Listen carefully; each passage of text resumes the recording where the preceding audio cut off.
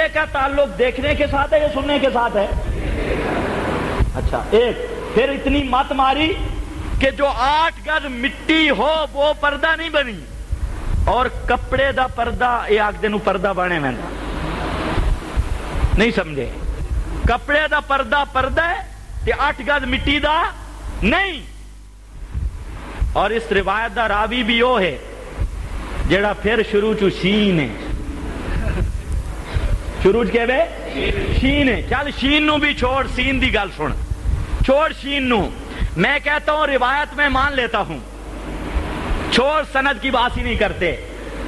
بیت اللہ پیشاب کر دے ویلے قضاء حاجت ویلے بیت اللہ والے پاسے منہ کر دے آؤ اور بولو کہ بیت اللہ ویکھدا بھی ہے. کہ مطلب بیت اللہ ویکھدا ہے, کانڈ بھی نہیں کرنی منہ بھی نہیں کرنا. ایک ہے بیت اللہ دا ادب ہے. آخو بیت اللہ دا ادب. بیت اللہ ویکھدا نہیں لیکن بیت اللہ دا کہ ادب ہے. میری ماں تو حضرت فاروق اعظم رضی اللہ تعالی عنہ کا اس طرح ادب کر رہی ہے کہ یہ وہ آدمی ہے جس کی غیرت کی وجہ سے اللہ نے ہمیں پردے کی نعمت سے نوازا ہے. تو آج اس فاروق اعظم کی قبر کا بھی حیا ہے, تو قبر کا بھی ادب ہے, قبر کا بھی حیا ہے. چل پردہ مان بھی لے. یہ تیری بات سننا لی مننا تو سننا انج نہیں ثابت ہوندا, پھر ویکھنا ثابت ہو سی. یہ 8 گز مٹی چو ویکھنا ثابت ہویا تو پھر کپڑے دی پردہ بھی پردہ بن سکدا نہیں, تو پھر مرنا پوسی. کہتے ہیں جی ایک دلیل رہتی ہے, کہتے ہیں جی اور تو نہیں, ہم تو صرف انبیاء علیہ السلام کے سما کے قائل ہیں. ایتھے آ کے گڈی رکی ہے. پہلے کیا عقیدہ تھا؟ کافر مومن سب برابر. اب اتو استھان تو ٹوٹ کے ہم تو انبیاء کرام علیہم السلام کے قائل ہیں. پتر جی ان گل نہیں چلنی, ان گل نہیں چلنی. قائل تو ابو جال دے سما دا.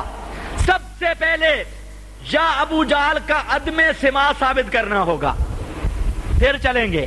کہ کافر نہیں سنتے, نہ سننے کی دلیل میں تو کہوں گا علم ہوتا انکا لا ما انتا بمسمم.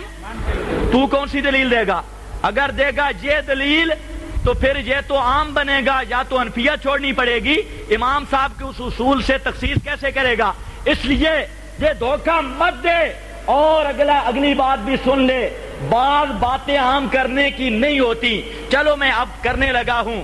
کہتے ہیں انبیاء کرام علیہم السلام کا سما ہم مانتے ہیں. رب کعبہ کی قسم, انبیاء کا سما کی بات ہو کہ انبیاء کرام قبروں کے پاس سلام سنتے ہیں, صرف ایک حدیث پیش کرتے, اللہ کی قسم اٹھا کے کہتا ہوں میں تیرا مسئلہ قبول کروں گا. ایک حدیث پیش کر, نعرے نہیں, ایک حدیث پیش کر. اور دھوکہ دیتا ہے. انبیاء کرام کے ہم سما کے قائل ہیں. دلیل ہے من صلی علیہ عند قبری. دلیل یہ ہے من صلی علیہ عند. میں نے کہا یہ تو امام الانبیاء کی بات ہے. تیرا دعویٰ عام ہے انبیاء کرام قبروں پہ صلاۃ و سلام سنتے ہیں. اگر کوئی دلیل دعوے کے مطابق ہے وہ پیش کر. یہ تو امام الانبیاء کی بات ہے اور وہ تو جھگڑے ہی بات کا ہے. سب سے پہلے انبیاء کرام علیہم السلام کے سما عند القبر پہ میرا دعویٰ ہو کہ فلاں آدمی نے میرا 10,000 روپیہ دینا ہے, گواہ 500 روپے کا کھڑا ہو تو 500 کی گواہی سے 10,000 والا دعویٰ ثابت ہو جائے گا. دعویٰ ہے 1,00,000 کئی ہزار انبیاء کے سما کا, اور دلیل آ رہی ہے من صلی علیہ عند قبری. توجہ ہے, بالکل میں بس کرنے لگا ہوں. من صلی علیہ عند. توسوی صاحب کو ہم نے کہا تھا کہ آپ یہ حدیث بیان کرتے ہیں اکثر, اس لیے زیادہ میں کچھ نہیں کہتا کیونکہ اب بھی خرق کی عادت اور عادت کا مسئلہ رہتا ہے. کوئی سمجھ آئی ہے؟ عادت یہ اللہ مہلت دیتا ہے. توجہ کر, عادت یہ اللہ املی لہم انا قیدی, یہ عادت ہے. عادت یہ ہے بیت اللہ کے غلاف پکڑنے والے, بیت اللہ کا غلاف پکڑ کے چیخ چیخ کے کہتے ہیں امطر علینا حجارۃ من السماء، لیکن پتھر نہیں برستے. املی لہم انا کہہ دی، یہ عادت ہے، اللہ ڈھیل دیتا ہے، باطل کو ڈھیل ملتی ہے. اور خرق کے عادت یہ ہے کہ سٹیج کے اوپر سے پکڑ لیتا ہے، اوپر سے پکڑتا ہے، وہ عادت ہے، ڈھیل دینا عادت ہے. اور سٹیج پہ پکڑنا، کسی کی ہولڈ یور ٹنگ ہے، کسی کی زبان بند اور کسی کا سانس بند، کسی کی زبان بند کسی کا سانس بند، یہ خرق کی عادت ہے. ورنہ عادت الہی یہ ہے، اللہ ڈھیل دیتا ہے، وقت وقت کرنے والے کرتے رہتے ہیں. اور جب اللہ انتقام پہ آئے، من عاد لی ولیا فقد آذنتہ بالحرب، فقد آذنتہ بالحرب. محدث کبیر، مفسر شہیر، استاذ العلماء حضرت نیلوی شاہ صاحب رحمت اللہ تعالی علیہ، اس مرد درویش کا اللہ نے ایسا انتقام لیا ہے، ہمیں بات کرنے کی ضرورت ہی نہیں ہے. بے شک وہ ہو گیا ہے، وہ معاملہ عند اللہ ہے. اور فیصلے قیامت کے دن ہوں گے. قیامت میں جب اللہ کے دربار میں جائیں گے اور وہاں پر بات ہوگی، ہم تو کہیں گے یا اللہ، ہم اس لیے کہتے تھے، قبروں والے نہیں سنتے، اس لیے کہتے تھے تیری توحید کی حفاظت والا مسئلہ تھا، ہم نے تو صرف تیری توحید کی حفاظت کے لیے یہ بات کی. یا اللہ نہیں سنتے، ہم نے یہ بات کی، اور ہم نے اس لیے کہا مردے نہیں سنتے.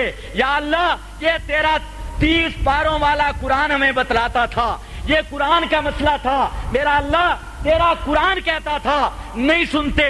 تے پتر تو کی آکھنے کہ یا اللہ میں آدم سن دیں جو کچھ بریلویاں دی تائید ہو بنی، کچھ مشرکان دی تائید ہو بنی، کچھ سفارشاں ہو جامیں، یہ تو وہاں پر پتا چلے گا. بہرحال آج یہ کر رہا تھا کہ جب دلیل کوئی نہ بنے تو پھر اوٹ پٹانگ دلیلیں وہ شروع کرتے ہیں. تو قرآن مقدس کا مسئلہ وقت ختم ہو گیا ہے. تو میری معروضات کا خلاصہ یہ ہے کہ قرآن مقدس نے یہ فیصلہ کیا، ما انتا بے مسمع من فی القبور انک لا تسمع الموتى وهم عن دعائهم غافلون ان كنا عن عبادتكم لغافلين ان تدعوهم لا يسمعوا دعاءكم قالوا لا علم لنا انك انت علام الغیوب. یہ قرآن کا فیصلہ. وَكُنْتُ عَلَيْهِمْ شَهِيدًا مَا دُمْتُ فِيهِمْ فَلَمَّا تَوَفَّيْتَنِي كُنْتَ أَنْتَ الرَّقِيبُ عَلَيْهِمْ. یہ اللہ کی کتاب ہے اور معنی میں نے پیش کیا نبی پاک کے گھر سے، تابعین سے، ائمہ مجتہدین سے، علماء دیوبند سے. اگر کسی میں یہ جرأت ہو جو خود تفسیر کرتا ہے سما نافع کی، اسما کی، خیر القرون کا ایک حوالہ پیش کرے، لیکن پوری زمین پہ ناچتا پھرے گا غیظ و غضب میں، عالم برزخ ٹر ویسی اشاعتیاں دی دلیل دا توڑ نہیں ہو سکدا. وما علینا الا البلاغ.